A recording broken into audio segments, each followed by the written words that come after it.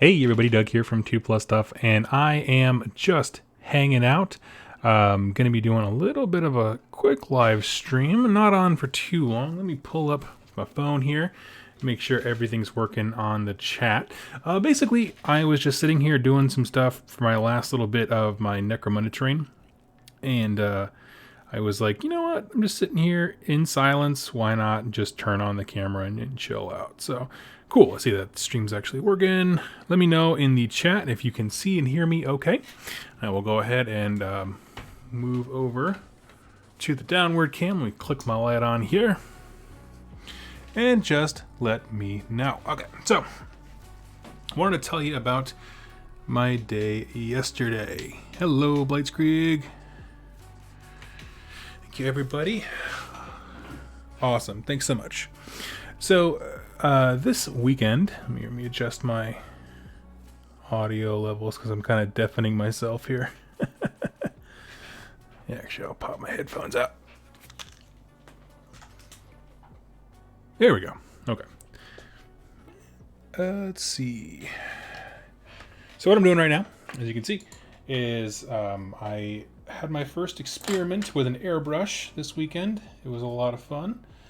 Jack let me use his for a bit. And so I'm going through and I'm just picking out the metal bits here. I'm not doing a ton for the flooring just because this is for my Necromunda board and I don't want the floor to take anything away from what's on it. Yeah, let me probably point my mic towards my mouth, might help the audio. But yeah, so yesterday I had mentioned that I had a tournament yesterday. And a few things came up that evening where me and the guys from Rolling Ones got our advanced copies of the Seraphon book, and we were all so flippin' excited to try it out. And we just decided, you know what, me and Jack were like, you know what, we're going to pass on this event, especially also because, quite frankly, Seattle, parts of it are kind of crazy right now with coronavirus stuff. Everybody worried about that. It's the talk of the town right now. So we're like, you know what? Let's not go hang out with a big crowd of people. Let's just hang out with Shu from Ruling Ones, and we recorded a battle report with the new Seraphon. So if you go watch Rerolling Ones, there is a battle report up there now with them, but that was from a game they did the night before. And then me and Jack did a game as well. I brought my Nurgle stuff, Maggotkin. So that's actually for the first time you're going to see the whole army on Rerolling Ones. Very excited about showing that off for the first time, really. Yeah, let's see. Bummed about no new models. I'm just keeping up with the chat here. For me, so what I can do is I'm going to talk about Seraphon just a little bit from the perspective that I saw. Jack did a great job. We borrowed a friend of their channel, I believe his name was Leo, his awesome looking Seraphon models, and they looked stunning. And really what it was is a very infantry heavy list that Jack built, where it had a big block of 40 Saurus warriors, which if you don't know is the only unit in that battle tome that has a maxed size bonus. You know, like where you get things cheaper if you take the full size kind of thing, which is very interesting. Skinks lost that as well, so that's very cool. Because I don't really like hordes, and we both decided at the end of the game that like it's probably it's a good option to have a big brick, but it's maybe not the best idea. Anywho, I'm not going to spoil the game. I want you to go watch it when Rerolling Ones posts it. I assume they're going to post it later this week. I actually have no idea. If one of those guys is in the chat, you can answer that for me. But what I will say is, with my Maggotkin, I never felt like I was out of the game. We were both fighting tooth and nail for objectives. We did shifting objectives where you have 3 places and one of them's worth more points than the others, and it hops around every turn. Can't remember the name of it. Cool. Got that one done. I got 3 more of these stinking boards to do. I'm just going to go through and do all the pipes this time. But yeah, so it went it went really well. Had a wonderful time. We're looking at the book, and I don't think... I mean, there are some units that are real winners and losers, like there are with every battle tome. I think we both agreed salamanders are pretty amazing. But beyond that, there's nothing that I don't know. I'm sure somebody will be a fuddy-duddy and find the thing that's like super broken and ruin everyone's day and complain about playtesters and that kind of stuff. But honestly, I found it to be a very fun book.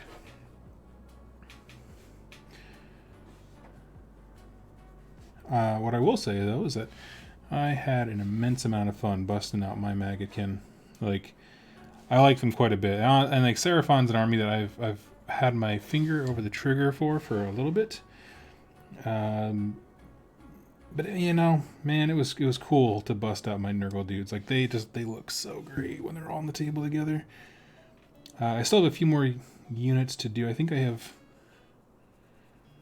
all I have left to paint for them is the Harbinger, 10 Blight Kings, and a Gut Rot that I just got randomly. But I mean, with those built, with the exception of maybe like another tree at some point, I realistically have all the Maggotkin stuff that I actually want to own. Because I like the mortal stuff way more than the demons. So yeah. Have you pursued the lore at all yet? I mean, perused it. I started to. I wanted to make sure that I got the videos that I needed to have ready for tomorrow and Wednesday done. So at this point, yeah, once I settle down for the night, I'm going to start reading the lore specifically for the Seraphon. What I can say is that from the outset, it looks like I have 2-3 videos for sure, because they really I feel like they leaned back to what made Seraphon really interesting and compelling in the old world, which was a good thing, because it's one of those things that's so out there that it fits in AOS, like these ideas of the old ones and, you know, using geomantic webs to control power and, you know, that kind of stuff. Like, you know, it was in the old world, but it fits right into Sigmar just fine. And so, you know, I'm fine with that. It was never a super weird thing in the old world, but now it fits right in. And so I'm excited that they kind of I feel like, they lean back more into this idea of the old ones and that kind of stuff, which I'm happy about.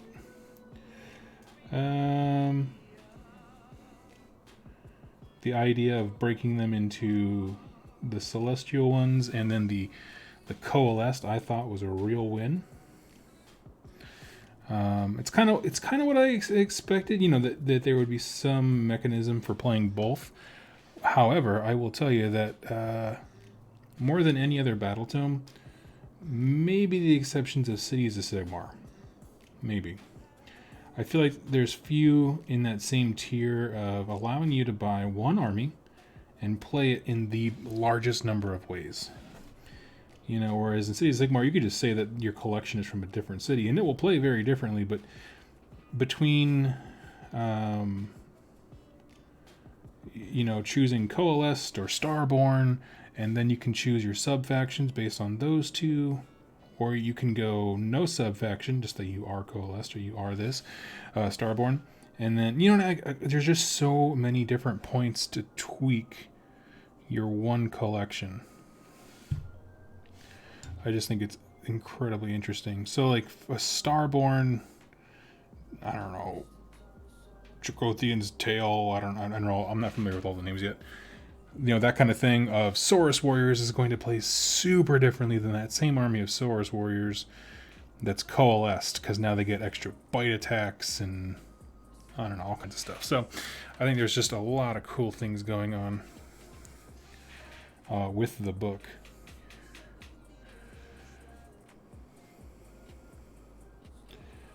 Let's see. And yeah, that's a thing where, like, you know, I was getting kind of hand wavy about the event yesterday, and then when the opportunity came up, like, hey, before you start talking about the Seraphon book, maybe you can get some experience with it. It's like, oh, that sounds really hard to pass up.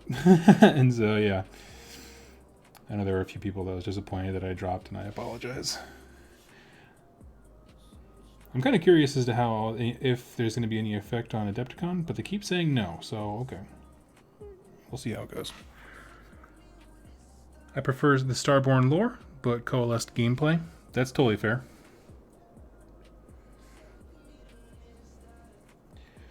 Yeah, I like that coalesced is an option, because we don't, I mean, how many other armies have summoning, but they don't lean on it as like an important mechanic. Like Maggotkin doesn't really need summoning. It's really nice to have for objective grabbing, but it's not like an army that, you know, leans on stuff, as opposed to like Khorne and I'll say Slanesh, where they're so aggressive in melee, they burn themselves up knowing that they're going to get some summoning kind of thing. And I think that's fine. But you know, for a new player where you don't have to like have a sideboard of potential things to summon, that's real nice.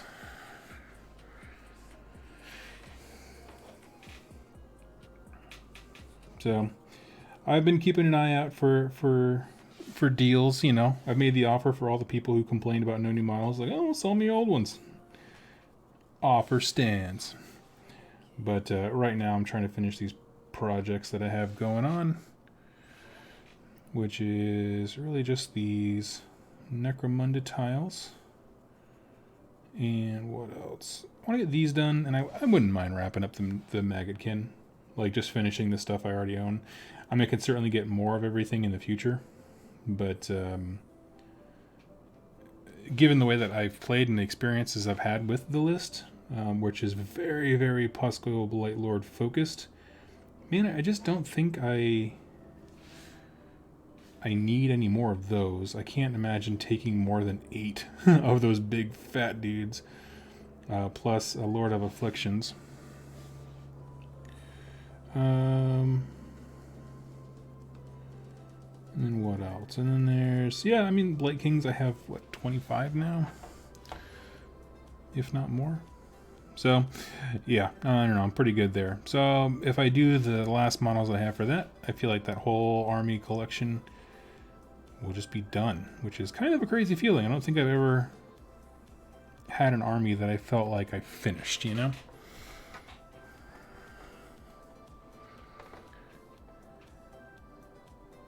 Think one day when I have my dad watch and or play a game of Age of Sigmar with me? You should. Nothing else, just show them what you're interested in.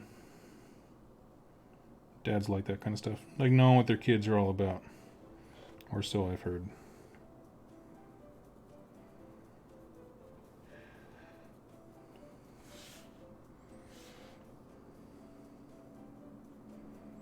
It helps if they're open to gaming, right? Some people's parents, like, you know, they did D&D themselves back in the day. That always helps.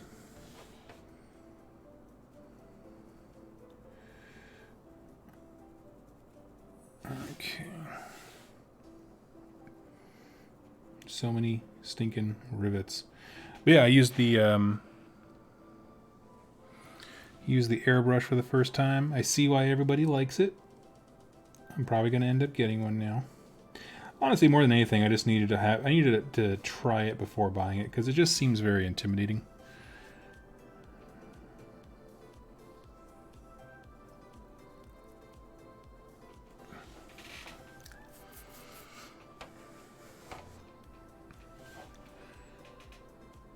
Yeah.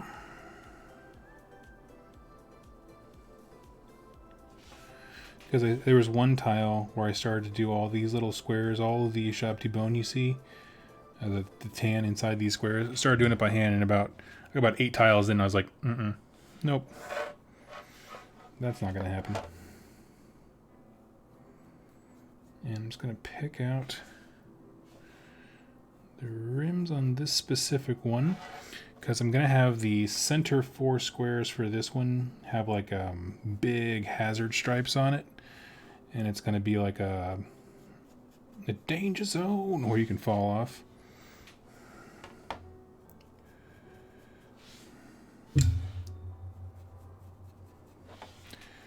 But when I get these 4 tiles done,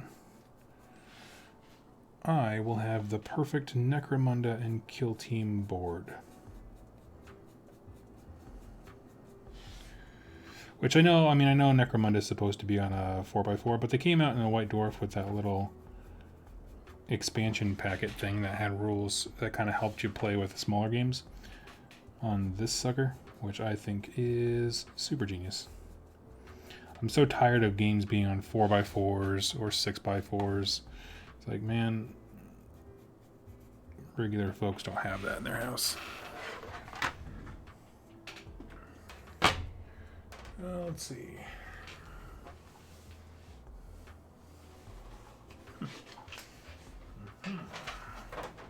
Here we go. Where'd you get the tiles from? These are actually from Games Workshop. These are their Necromunda tiles. All that terrain that I spent forever doing, they actually slot pretty perfectly right into these things. The nice thing is, I'm not super worried about making them look fancy. I just want to do some bare minimum stuff here.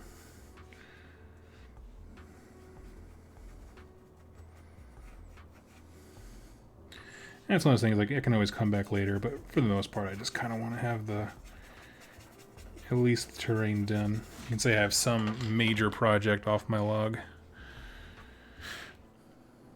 People stuff. Favorite Warcry warband you have played? As far as aesthetics, I'm going to go Corvus Cabal. As far as gameplay, I'm going to say Bone Splitters. They have absolutely been my favorite. I've said that quite a few times. For me, I think the reason that they're the most fun to me is because they have low toughness, so they can, be eviscerated, but they can come at you so aggressively that if you're not ready for them, they'll mess you up because they can get into combat really, really quickly with all that speed. Their basic, Wah ability, or is it Wah? What is it? I think so. It's whatever their basic double action is. Lets them charge basically. So they get a free movement as long as it ends them, or it would end them within, combat distance of an enemy model, and then you get a free attack afterwards.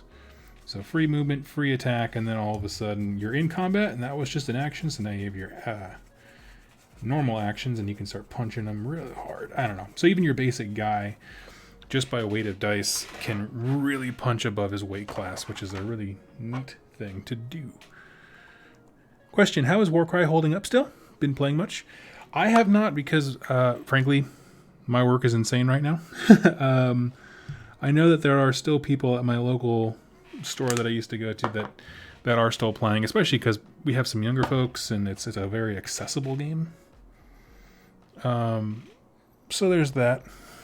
But I sadly have not been playing much of anything lately. Although I had that one big game of AOS yesterday. That was a lot of fun. But I'm itching to play a few things. I want to play more Infinity. I want to play more Necromunda. I want to play Warcry. I'm really getting into skirmish games. I don't know what happened about 2 months ago, but my brain is just like, not only do I want to play skirmish games, I want to play every GW specialist game. Like, oh, I want to play Titanicus. I want to play Blood Bowl. I want to play all these things.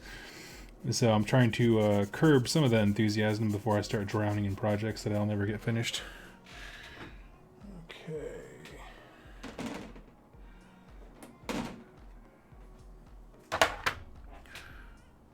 Play Blood Bowl. Doug, do you know Lustria Online? It's an amazing community of Seraphon Lizardman players. Sweet. Underworlds. I'm gonna try the digital version. I couldn't get into the actual tabletop one. It was hard to find games. Yeah, and I don't know. There just wasn't a lot of interest locally, and yeah. Question from the chat: who has room in their house for a 4x6 gaming table? Not I. But yeah, no, well, that's the thing is like they're an English company, and over there, like they don't have any room for that in their house. Their houses are smaller than American houses. So it's like, where do you people think they have all this room at?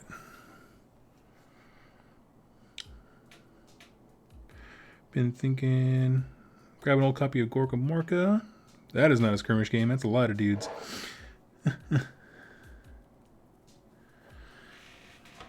I don't know. So I've been kind of in a tear with all those games. I'm trying to learn, like I said, Blood Bowl. I'm learning it through the online version. You know, the video game variant, which is it's very true to it. It doesn't always give you the best tutorials and guides, like, you know, learning what the different abilities do and that kind of stuff. So you kind of learn the rough way what special skills do until you come up against it and some guy kicks you in the face for it.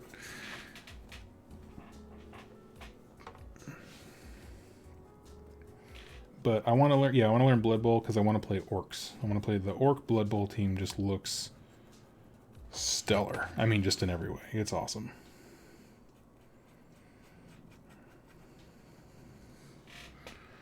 Blood Bowl community is awesome because the game is so outrageous that only the most chill and cool people can play. It's true. You know, I do think the more wacky and crazy a game is, it just attracts the people who are right for that mindset. Yeah, I have my own thoughts about, you know, competitive wargaming. Anytime you involve dice, it's just like, let's not be too serious about this, guys. But I know people enjoy things very differently.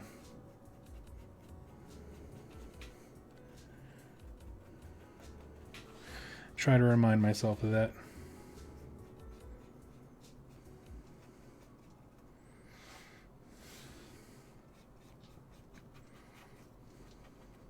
For me, I think it's mainly because I like wacky rules. Like they make me chuckle even when bad things are happening to me.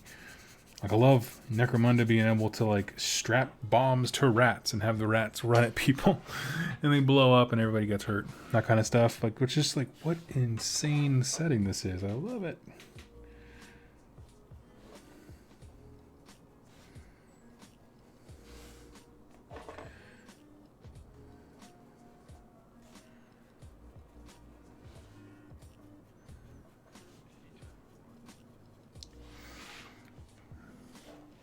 Doug, ever look into Frostgrave or those other co-op narrative games? I didn't really. I have so much to do on my painting plate right now that learning how to play a whole new game system that doesn't fight its way onto that to-do list, you know, because you can use whatever models you want. I don't know. It didn't grip me.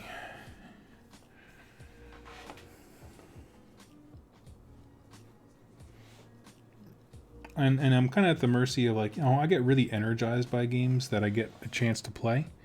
And I don't have anyone that I know who plays Frostgrave locally. You know, so games that I'm getting excited about are like Kill Team and Necromunda and all that kind of stuff. Infinity, the games that I've had have been incredibly fun. It's just hard to get them scheduled because my schedule doesn't match up with my area's gaming group. They're always on Tuesday nights, and it's like, who wants to go out on a Tuesday night game? I just want to go home.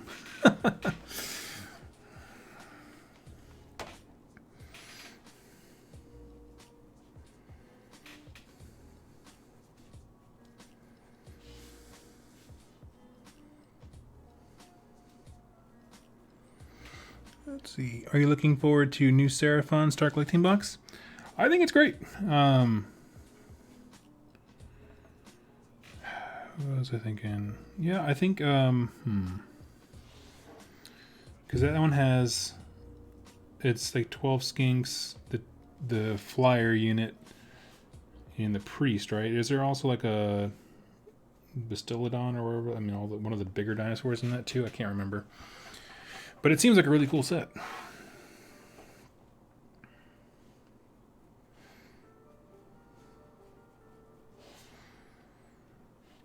For me personally, I'm more interested in Saurus, which I know, I mean, a lot of folks don't like their models. That's fine. Everyone has an opinion. My opinion is they look just fine. I saw them in person yesterday. They were really well painted. And I was like, not sure what everyone's complaining about. Like I said, everyone has a unique opinion. I think the Slan still holds up.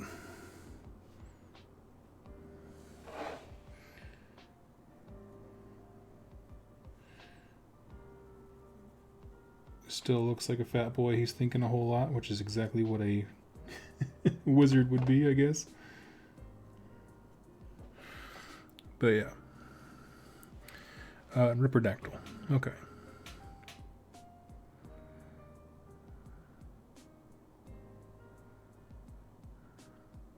Anyone else? Did they fix the Saurus Knight bite rule? Can you explain what needed fixing?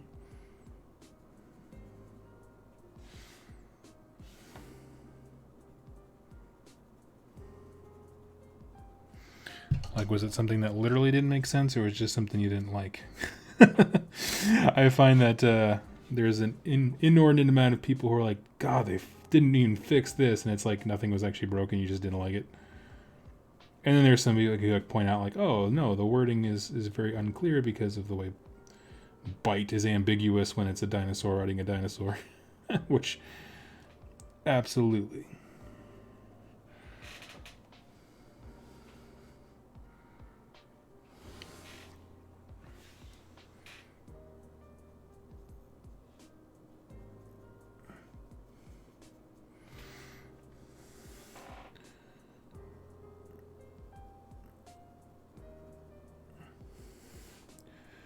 So many freaking rivets.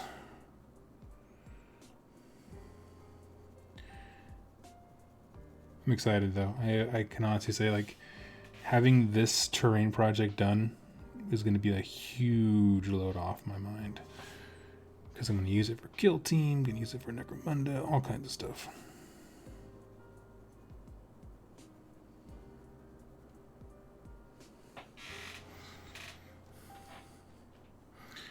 Dreadsoren is Forge World, yes. And he, however big you think he is going to be, he's bigger. I've seen one in person. Josh, Jack's brother, who sometimes is unreeling ones. I haven't seen him bring a Seraphon in a long time, but he has a Dreadsoren, and it is a beast.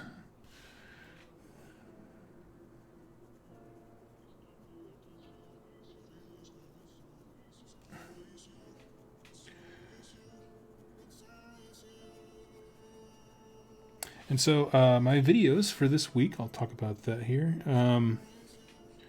The first one going up tomorrow is an Age of Sigmar lore video-ish. It is a lore video exploring the Gibbering Dome, which, if you don't know, the guys who run a podcast called the Mortal Realms Podcast, they do lore stuff, mostly book reviews.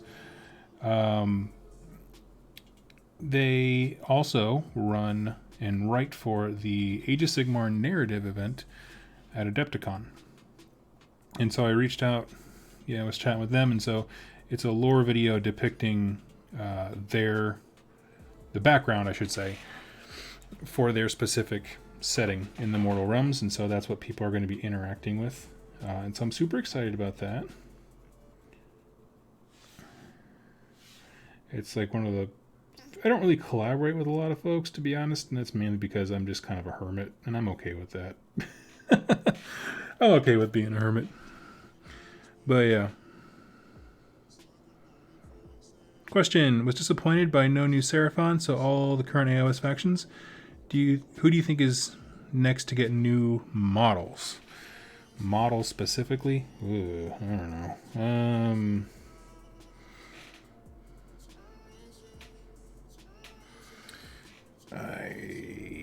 I know, I guess probably something new, I'd imagine. Probably a new army, whatever that Realm Lord stuff is. I mean, we saw like 3 or 4 units from that army. I highly doubt that's all that all that faction is. So that's probably a very safe bet. I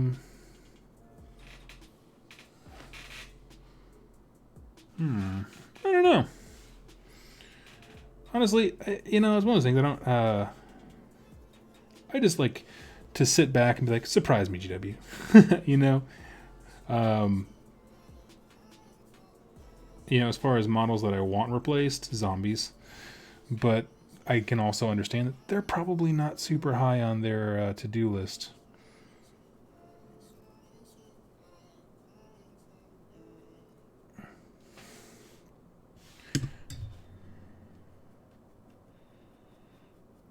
So that wouldn't surprise me if zombies got pushed off for a while. Just don't like the GW ones. Never have.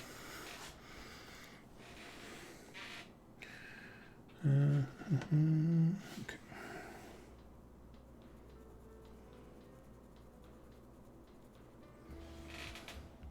How much are Daughters of Cain? Potentially this year. Daughters of Cain getting new models? Okay. Hey, you know what? If they can somehow make a kit that is actually affordable for Witch Elves, done. I was so disappointed when they didn't change the price on that at all. You know, and like I know some folks who are interested in building like an all snake army. I was actually just talking about it with someone last night. All snake Daughters of Cain army. I'm like, man, I want that to be good because that seems way more enjoyable than all the Witch Elves. But to build in paint, I mean.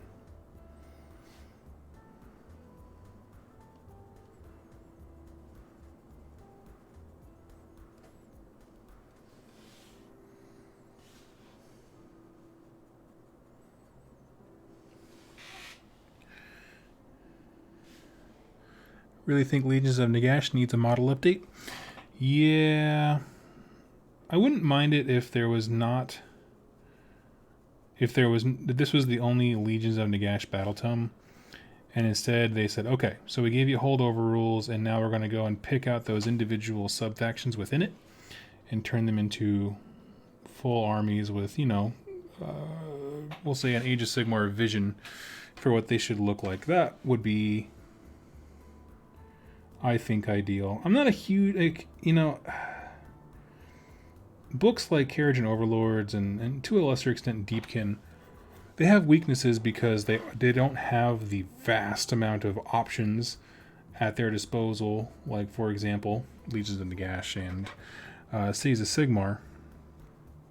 And I will say that I kind of like the armies that make you choose limited options, not fewer options necessarily, but just you know, you have like a few different types of infantry, that kind of stuff, where it's you know, limited in scope. It's limited infantry, but it's not a negligible low number.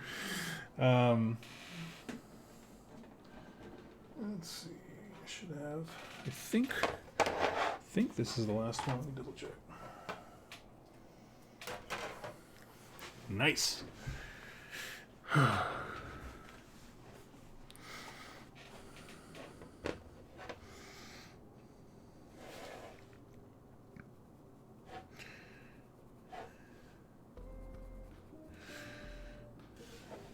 I'm trying to think what I need to do after this. I think I'll rip off a piece of sponge and just do some stippling with the metal to make it look like it's worn and scratched up. But honestly, I don't want to do too much work on this. This is like a cherry on top to the nice terrain, more so than like something I was actually excited about.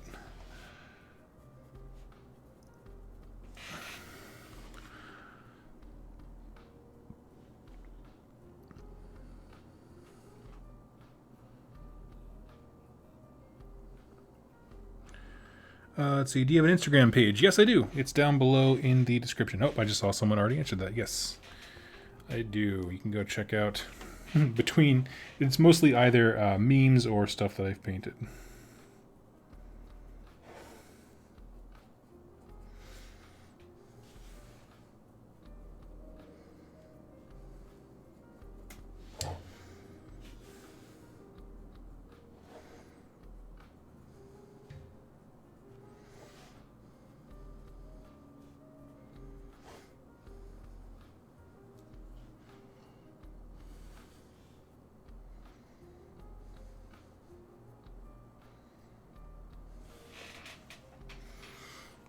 Anyone else read Court of the Blind King? I'm hearing a lot of good things about it. But no, I haven't read it yet.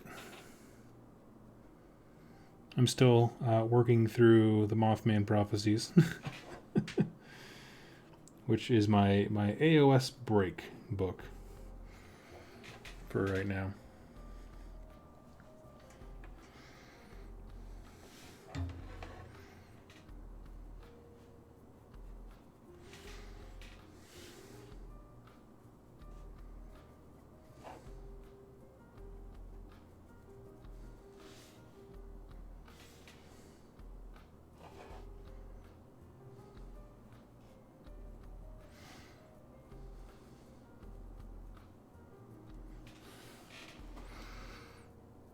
I have thoughts.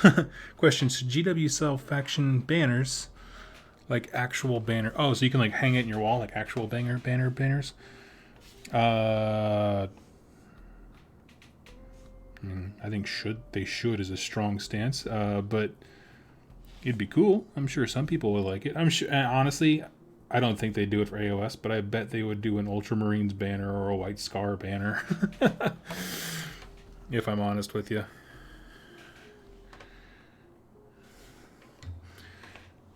And then, on their community page on Facebook, as they're talking about how cool these are, someone will be like, where's the Sigmar ones? And they'll be like, you can make whatever banners you want in the Mortal Realms, because it's kind of how they treat AOS compared to 40k stuff. Here's these cool things you can buy. What if I wanted to buy something? You make up whatever you want, nerd. It's not true, but like if you look at like their little like cheeky responses when someone is like, but wait, what about AOS? It's always something like that where you're like, come on, just give us the shiny thing.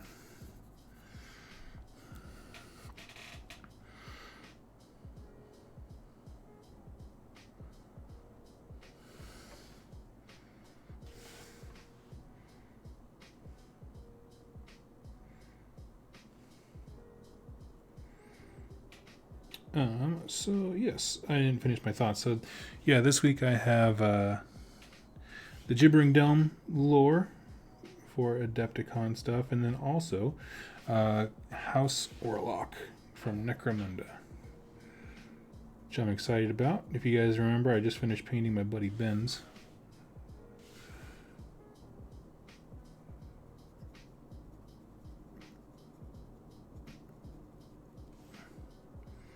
Still haven't actually gotten into him yet.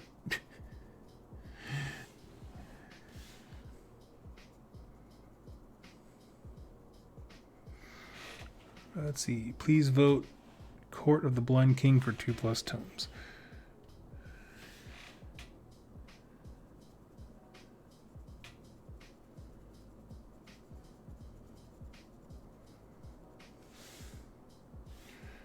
Need an excuse to go get it.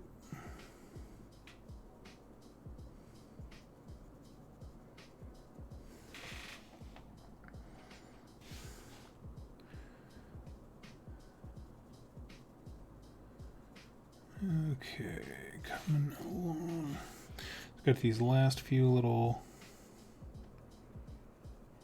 I don't want to get these little like metal bucklers almost. Is kind of what they are. Oh, whatever. Bone Splitters wanted GT. Nobody cares.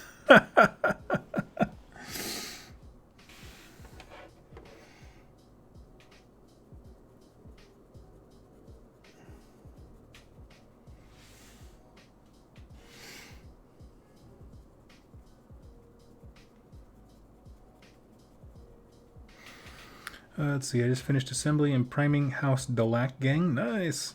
Look, Game Store has a budding Necromunda group starting up. Nice, that's so cool. I never got into Delac. It's one of those things that like a lot of people like kind of like the dark mystery. Like they almost kind of embody like weird spy networks and that kind of stuff. And for me, I was always more into the loud, and like not annoying, but like super in your face, like 80s speed metal type of war bands. Like Goliath is just like toxic masculinity made manifest, and Escher had like the crazy hair and guns, and so I kind of like the more in your face things. Cawdor is also up there too. I actually have a box of those I haven't built yet. I'm still debating if I want to, or if I have enough gangs, because I do have Escher and Goliath. So I'm not sure if I want another one. But see, I dig Cawdor. I like the fire and the zealot theme.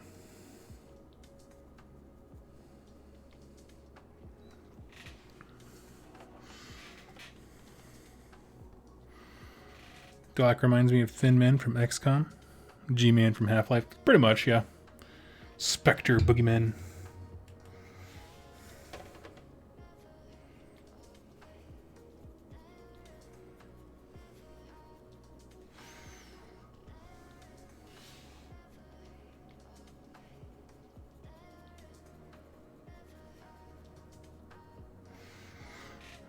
Let's see.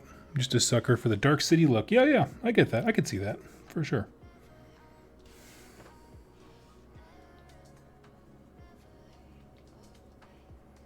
I'm trying to think. There's not really a gang that, like... I guess I'm not really a huge fan of the look, the model-wise look of Van Saar. And the reason I say that is just because everything looks very clean and high-tech, which is their theme. Like that, and that's an important theme, I think, to have. It's just... I prefer, like I said, like the punk rock and that kind of stuff, which lends itself to a more gritty appearance.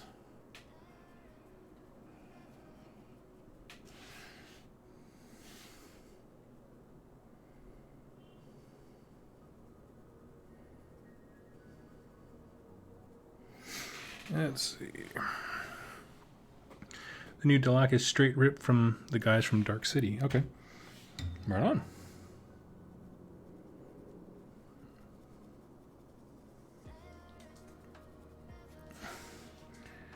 GW has a long history of what we'll call intense homages to existing intellectual properties.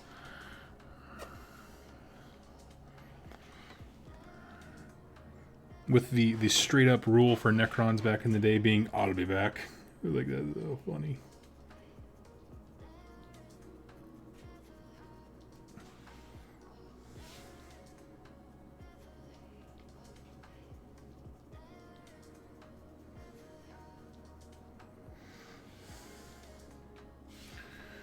Okay, 3 more of these stupid little bands to go.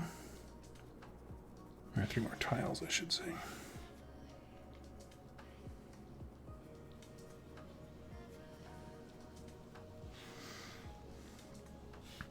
Let's see. I like the samurai dude. So dope. Okay, question. So, Doug, I left a question on your last video, and I wanted to ask it since we have it here. Since orcs get bigger from fighting, do the blood tooths get more aerodynamic? I would imagine. I don't know how that works out. I mean, if they start with Ardboys, like they still have Ardboys, they get big enough to where they can capture a Grunta, right? Because you have to be a brute, basically. You have to be big to get a Gore Grunt, to be able to hold on to it, subdue it. So I imagine you get big enough for that, which does technically make you go faster. You know, it doesn't make you as an orc faster, but it makes your ability to travel faster. Yeah, why not?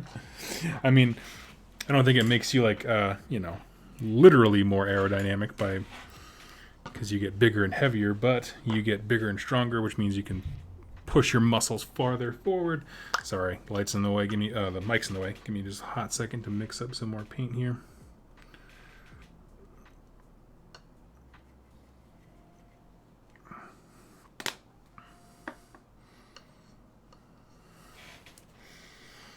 There we go.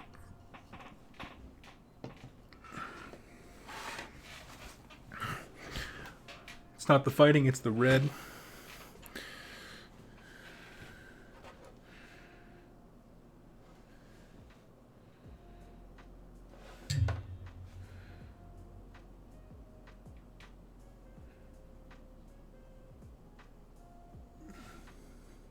Yeah, I like that. That was a good video. That was a lot of fun. Looking into the, I don't know, honestly, I've been kind of glad for this sort of lull we've had lately with AOS just to get me caught up, because I wanted to talk about those things, you know. Now I have a Seraphon book and I don't feel rushed. I spent a lot of time taking a good hard look at AOS stuff, and now I'm like, okay, you can move along. Go talk about 40k for a while, GW. What are those guys doing?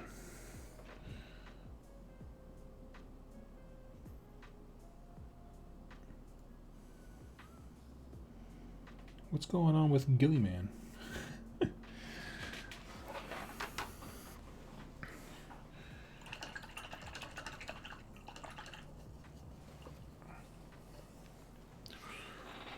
Meanwhile, got an Emperor's Children Lord Discordant painting up. Nice. Lord Discordant. Is that the guy who's riding on that crazy beast from the starter set? Or I suppose one of their starter sets. I think they have a few now ways you can get into Chaos Space Marines.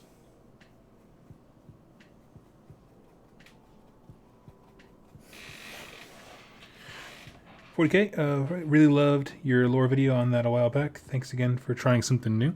Oh yeah. And I am going to talk about 40K more. The thing is, it's so big and vast that it can be quite...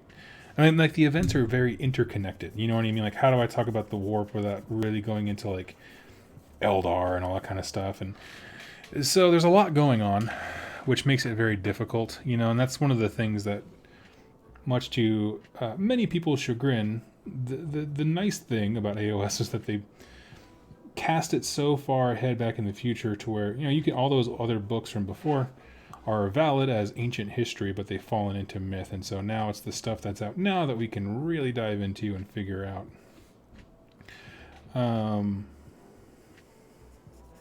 Whereas with 40K, like, it has such a long life, you know, in terms of all the books that they've put out and coverage they've done and events and that kind of thing. So it's very unwieldy to try and cover. My plan... Well, and actually, that unwieldiness is really why I was like, you know, instead of just tackling all of 40K as a whole, why don't we start with something that we can really understand, which is just a singular planet, right? Necromunda. And that's kind of what I like about it. Plus, it doesn't hurt that, like, it's a game that super interests me because it's basically made for Doug. It has all the crazy, wacky rules that I appreciate. Minimal bragging rights outside of, look at this weird thing we came up with situation. So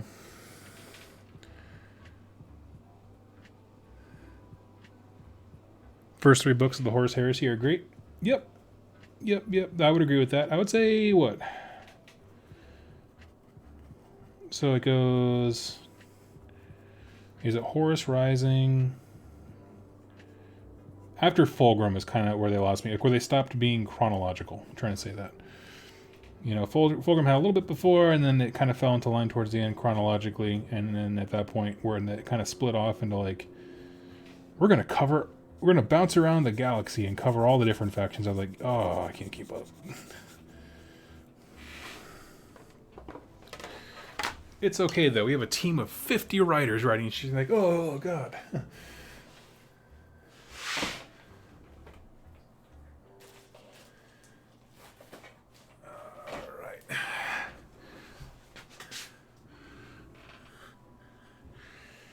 Got a Space Wolves army. Now I'm going to go get Seraphon. Sweet. They are cool. Definitely stick to the models you think look cool. Like, if you like skinks, go with them. I also think that, I don't know, after seeing them get played with a little bit yesterday, I do think Saurus have a great... You know what it is? I was talking to Jack about it, and, like, this is not a spoiler to the battle report at all. I just, one of the things that after seeing it on the table, I appreciated was this idea of, I felt like the balance between skinks and Saurus warriors is really well done, and I would say much better, much better in terms of why you would want to choose one over the other compared to something like Gore and Ungor. And so, whereas like Gore and Ungor, for the longest time, it was a very, very obvious, like, oh, Ungor are just better, right? They're cheaper. All these dudes are going to die. You want to recycle them with your herdstone. 1 goal or better. And like, even as me, as someone who generally doesn't really care about that kind of stuff, like I did feel it, where you're just like, why am I doing this? Why aren't they just the same thing? Or why isn't one significantly better? But yeah, I think they did a great job on that one. So okay, so I just got this one tile to do.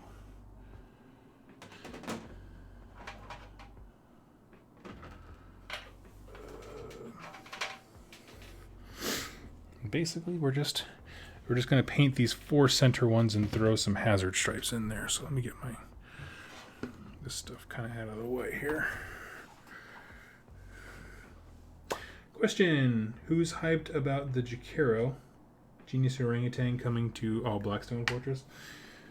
I've seen images of them, but I don't know anything about it. I plan to use one of the new subclasses to boost dinosaurs or something similar. Yeah. I was a little bit bummed because the list that I played against, it didn't have any dinosaurs, which I was like, oh, that's a shame. I wanted to fight some stompy dinosaurs, but it was. I still had a great time. Those units that got thrown at me were pretty great.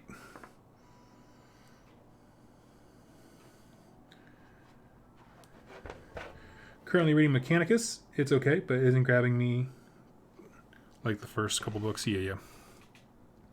No, I don't. I think it had the strongest start of a lot of those long form series that you see. It is an incredibly strong start, and then I do feel like it kind of petered out towards the end. I'm just like, not even headed to Terra yet? Okay, cool.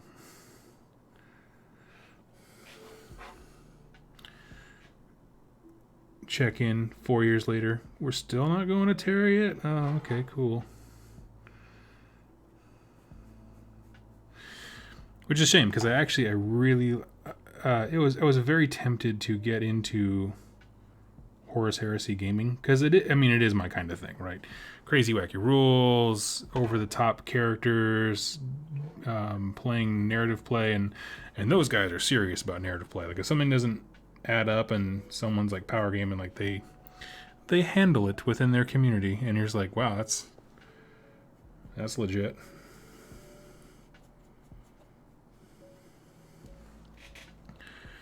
But yeah.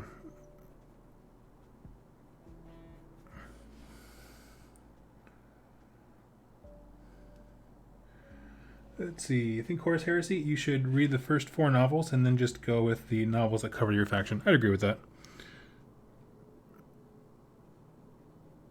Yep. And then I also highly recommend, if you listen to the podcast, The Independent Characters, they do a coverage of these giant books that Forge World puts out, and the books are like $100 each.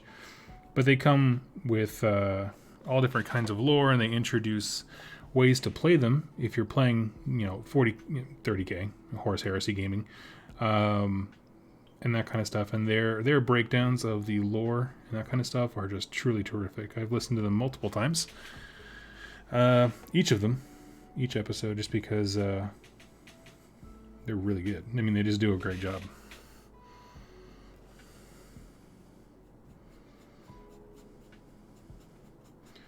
So I know this first coat is kind of splotchy. It's really thin, and give it time to dry. And go over with a second. Do Horus Heresy models look amazing? Oh yeah, some of them do. Honestly though, like the thing that stops me is I don't want to paint any Horus Heresy sized Space Marines, like the basic ones that used to be legal. I just I don't have a dog in that fight because I wasn't playing them at the time, but I like Primaris far more than the standard Space Marine sculpt.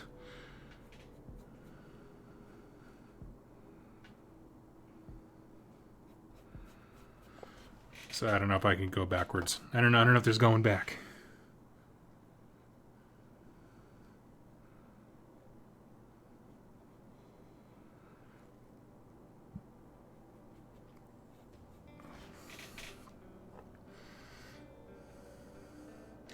Oh, neat. Never been around to catch a live stream? Well, welcome, welcome. I'm not going to be on for super long. This was mainly because I was waiting for a video to be compressed on my computer, and I was already painting. I was like, you know what? We can flip this on for like an hour or so. Was kind of my thought.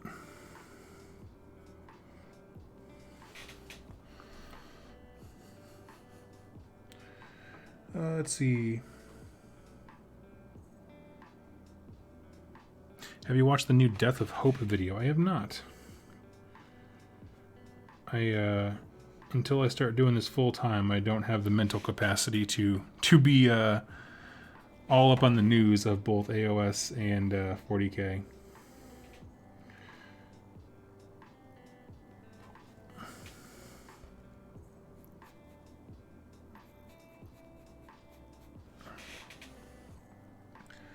I wanted to get some of the special Forge World units to add into whatever Marines I play. Oh yeah.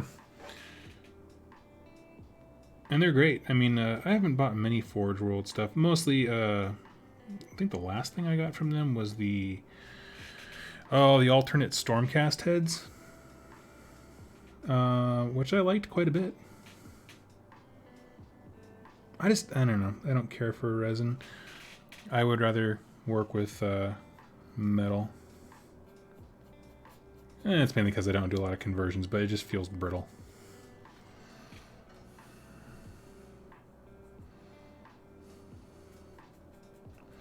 But, I mean, I didn't realize it until I started jumping into Infinity that there is just some people who think that metal models are like, ugh, gross. And you're like, well, I mean, they're fine.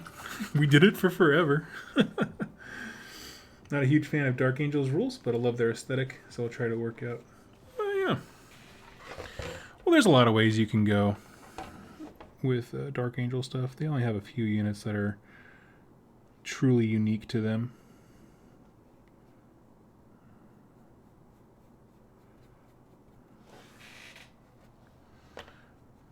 Question, do you think AOS will get Forge World? Well, they do have a few things. They have a few monsters there. And they have that big corn dragon thing that's crazy huge. Do I think they're going to get more than that? Honestly, probably not. I mean, they made a statement a long time ago that, like, GW is going to start doing rules, and I think Forge World is going to be more of, like, supporting specialist games type thing. Which I'd be all in for, you know, if they could just give me cool extra options for Necromunda or, you know, some units for Blood Bowl or whatever, like those kinds of things where it's, you know, supporting systems, but they're not drawing resources away from what you'd call GW Prime, I guess. So, I don't know anything, but that's kind of my guess, is that probably not. Or if it is, it's going to be like, here's a super rare, awesome splash release for a faction, that kind of thing. But I think the days of them, like where they used to release like an Imperial armor book, and then like a whole army to go with it. Like they had like, you know, the first good-looking Death Guard models we had were from Forge World after one of their, I think it was the Siege of Rack series they had. Something like that, and they released their own Death Guard models, and they were incredible. But we wouldn't have got them otherwise.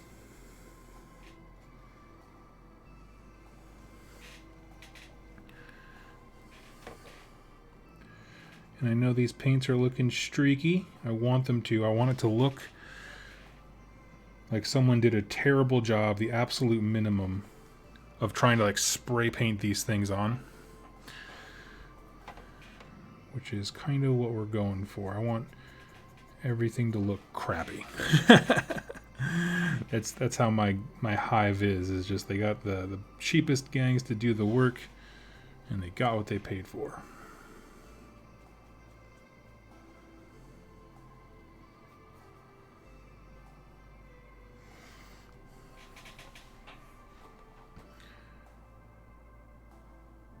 Anyone have thoughts on how I could incorporate Icebone Orcs into Beastclaw Raider forces? You mean as far as like a list-wise? They should be able to be allies, I think. Maybe I'm wrong. No, maybe they can't. Can they? I don't know, my book's not near me. Sorry. Now I can't remember. If I recall, the Corn Dragon is the only new thing for Age of Sigmar.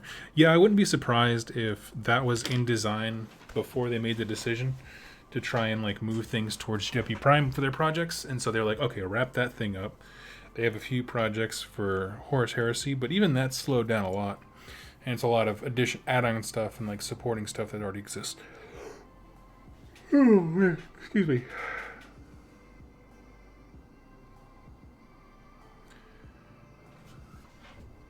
I had a terrible idea with my Seraphon. I cut my finger while cleaning them up and thought I could use it as an effect on their weapons. I prefer blood for the blood god. Color stays consistent where blood changes as it coagulates.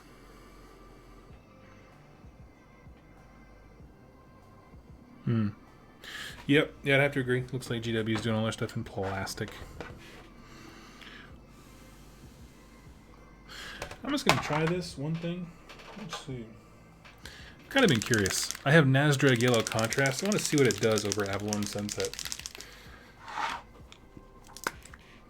Every time I've tried to do a random experience with contrast paint, it always turns out pretty well.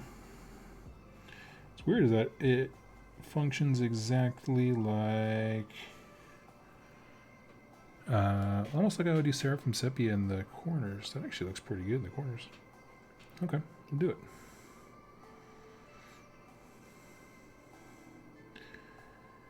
For anyone who's curious, this is exactly how I paint. I'm like, wonder what this would be like, and I just kind of just grab it, try it. And I'll go back and fill that in, but it does look cool around the creases.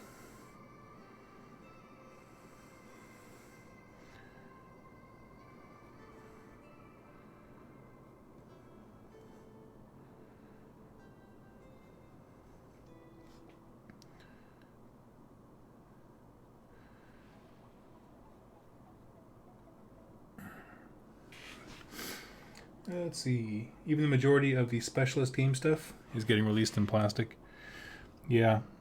I mean, it's also Forge World as an idea, like as a business model of having this secondary kind of brand that is like a couture product, you know, something fancy. We're moving away from it, like as a society. Like it used to be like, oh, this is makeup, and then here's like, you know, Revlon's super fancy version of blank, you know, and that was the kind of their thing where they would have these obviously owned by the same people, but one would be like your mainstay product line, one is like your fancy stuff. And I think, you know, with the way that we treat brands and that kind of thing, we've just kind of moved past that for the most part.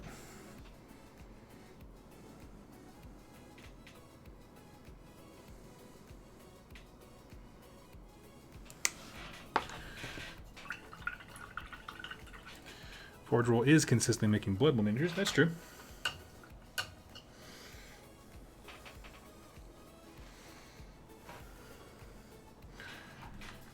That is true. Okay. So that's got to dry, and it's going to dry for a while. And I'm going to do Hazard Stripe going down it. Or, so I'm trying to decide. Maybe y'all can help me out. So what would look cooler?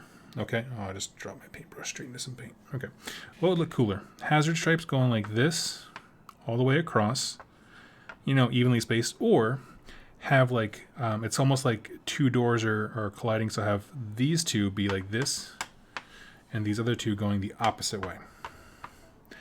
So, you know what I mean? That way it has the impression of it'll open up down this center line if the two are going the opposite way. Or that this whole compartment can go up and down if it's all four. I'm kind of curious what you guys think.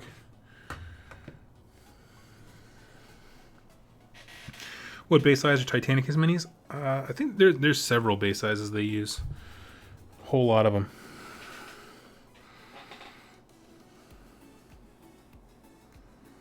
Because they go from like knights, which are like this big, to mega things. There's a really cool Wood Elf Star Player that came out for Nomad. Oh, yeah. Zimmer likes the colliding doors. Yeah, where it's almost looks like a chevron, right, when they're together. Okay. different directions will create more visual contrast. That's how I do it. Okay. Neato torpedo. That's what we're going to do. But first, this needs to dry. And if you don't know, contrast paint needs, I think, in my opinion, a little extra time to dry. And these things actually raise up a little bit, so I can do this and it won't wreck the paint. 2, 3, and 4. And I'm very excited. Once everything's done, I'm going to take them out. So actually, I'll put that bottom one on top just so it dries faster. Very excited to get gaming on this sucker. So anyway, I'm going to go ahead and hop off for the day. I just wanted to say hi and tell you I'm still alive. Got some cool content coming this week. Weekend kind of went crazy, so I won't have a full 4 videos, but I think probably 3 for sure, and a live stream on Friday. So anyway, friends, I will catch you all soon. You all have yourselves a wonderful day, and of course, happy wargaming.